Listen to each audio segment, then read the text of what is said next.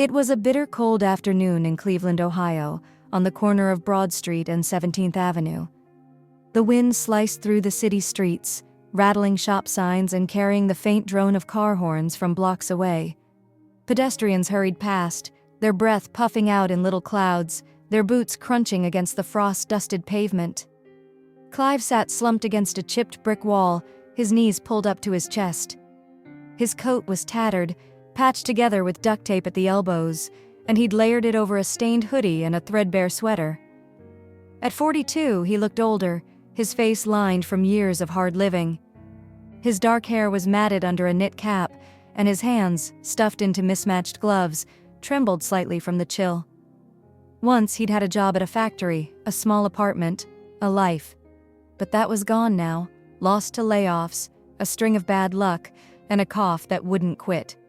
His family had drifted away too, unable to watch him spiral. Now, he was just another figure on the sidewalk, blending into the gray of the city. Across the street, a glossy black car pulled up to the curb. The driver's door opened, and a young man stepped out, his polished white sneakers catching the weak sunlight. Barron Trump moved with a quiet ease, his sharp jacket zipped against the wind. Most people knew him as Donald Trump's youngest son, a kid born into wealth and headlines. But Barron wasn't the type to flaunt it. At maybe 18 or 19, he had a calm air about him, a curiosity that set him apart from the stereotypes. Today he was alone, no entourage, no cameras, just wandering Cleveland on a rare break from his usual world. He adjusted his collar, glanced around, and started walking toward the corner where Clive sat. Clive barely noticed at first. His stomach growled, a dull ache he'd gotten used to ignoring. Habit made him mutter, "Spare a dollar, man?" As Barron passed. His voice was rough, barely audible over the wind.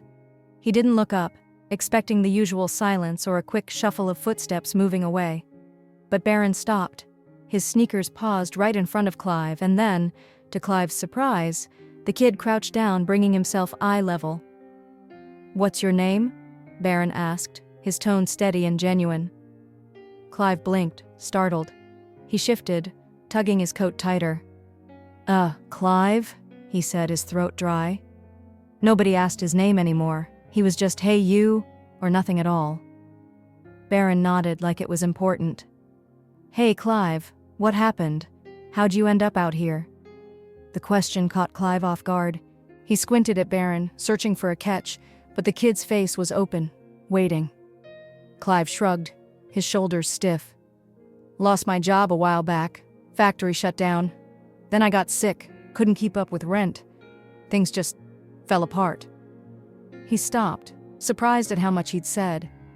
His voice cracked on the last word, and he looked down at his gloves, embarrassed. Barron didn't flinch. He sat there, hands resting on his knees, taking it in. "That sounds rough," he said simply. "You got family around here?" Clive shook his head. "Not anymore. Haven't talked to him in years. My brother Paul. He tried for a while, but I pushed him off. Didn't want him seeing me like this." Barron stayed quiet for a second, then reached into his pocket. He pulled out a crisp $100 bill, the kind Clive hadn't held in ages, and pressed it into Clive's hand. "This is for you," Barron said. "There's a shelter a few blocks east, Hope Outreach Resource Center. Go there. Get warm, get some food. Promise me you'll give it a shot." Clive stared at the money, then up at Barron. His fingers closed around the bill, the paper crinkling. "Why you doing this?" he asked, his voice low. "You don't even know me." Barron met his gaze. "Because I can, and because you're worth it." He stood up, brushing off his jeans, and gave Clive a small nod. "Take care, man." Then he turned and walked off, disappearing into the flow of people. Clive sat there, frozen, the $100 clutched tight. "You're worth it," Barron had said. The words echoed in his head, strange and heavy. He hadn't felt worth anything in a long time. A gust of wind stung his face, snapping him out of it. He looked around. A guy in a puffy jacket stood nearby, fiddling with his phone. But Clive didn't think much of it. The cold was biting harder now, sinking into his bones. He stuffed the money into his coat pocket, grabbed his frayed backpack, and started walking east. Hope Outreach was a squat brick building tucked between a pawn shop and a laundromat. The sign out front was faded, but the windows glowed with warm light, promising something better than the street. Clive hesitated at the door, his hand hovering over the handle. He could turn back, keep the money, scrape by a little longer.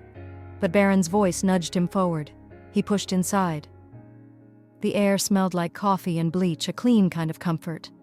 A woman sat at a desk near the entrance, her hair pulled back, her smile soft but tired. "Welcome," she said, looking up. "I'm Lisa. You need a bed?" Clive nodded, shifting his weight. "Yeah, someone told me to come here."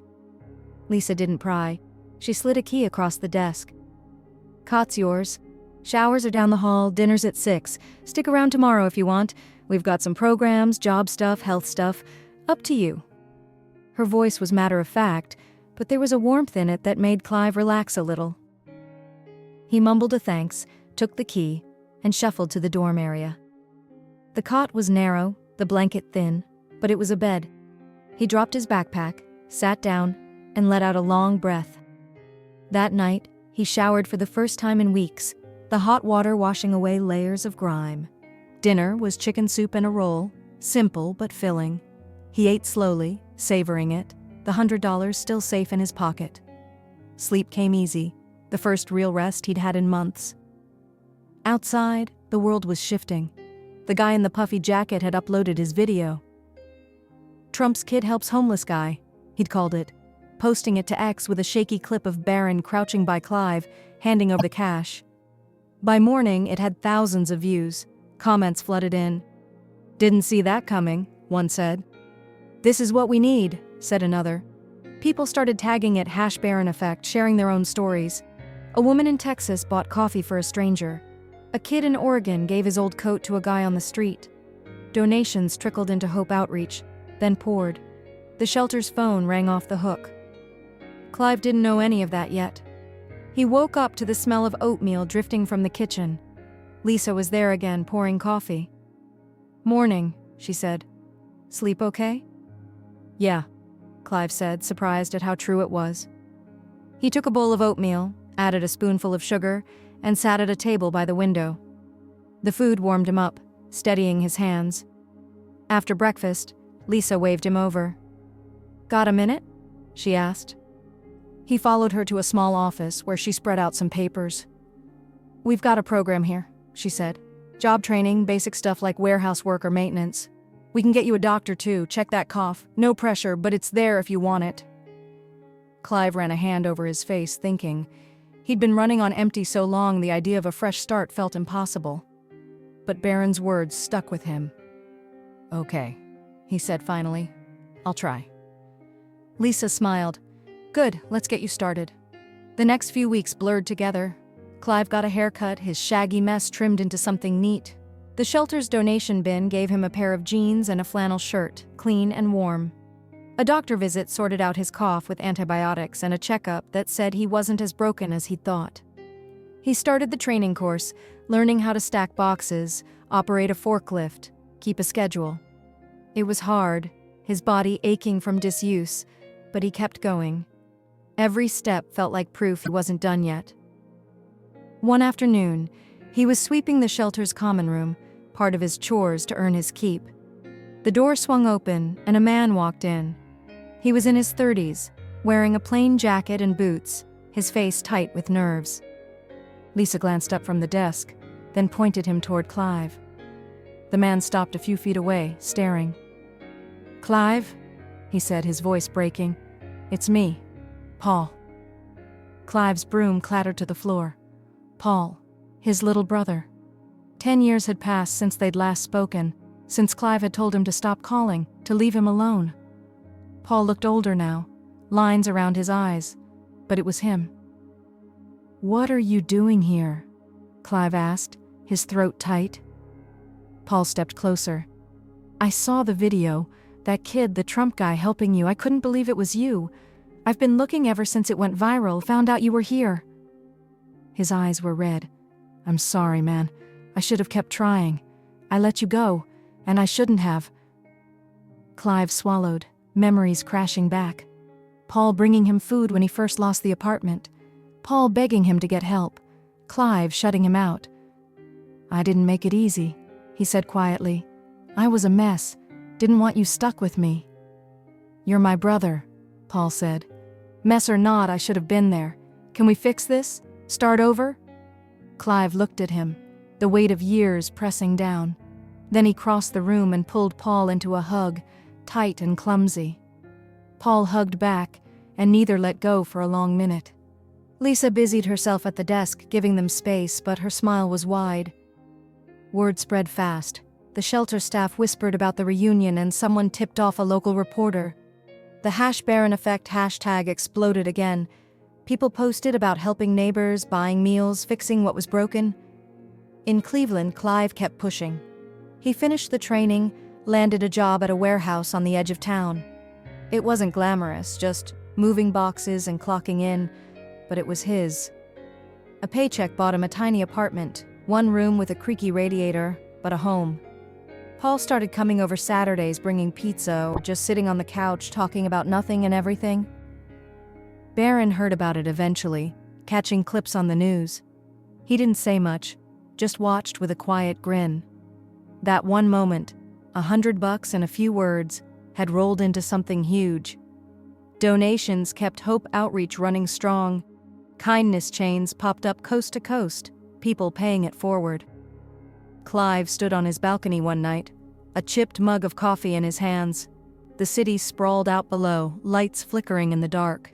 He wasn't rich, he wasn't famous, but he was alive, seen, and whole again. Paul was back in his life, the shelter had his back, and a kid he'd met for 5 minutes had changed everything. It started with $1 asked on a cold corner. It ended with a spark that lit up the country, one small act at a time.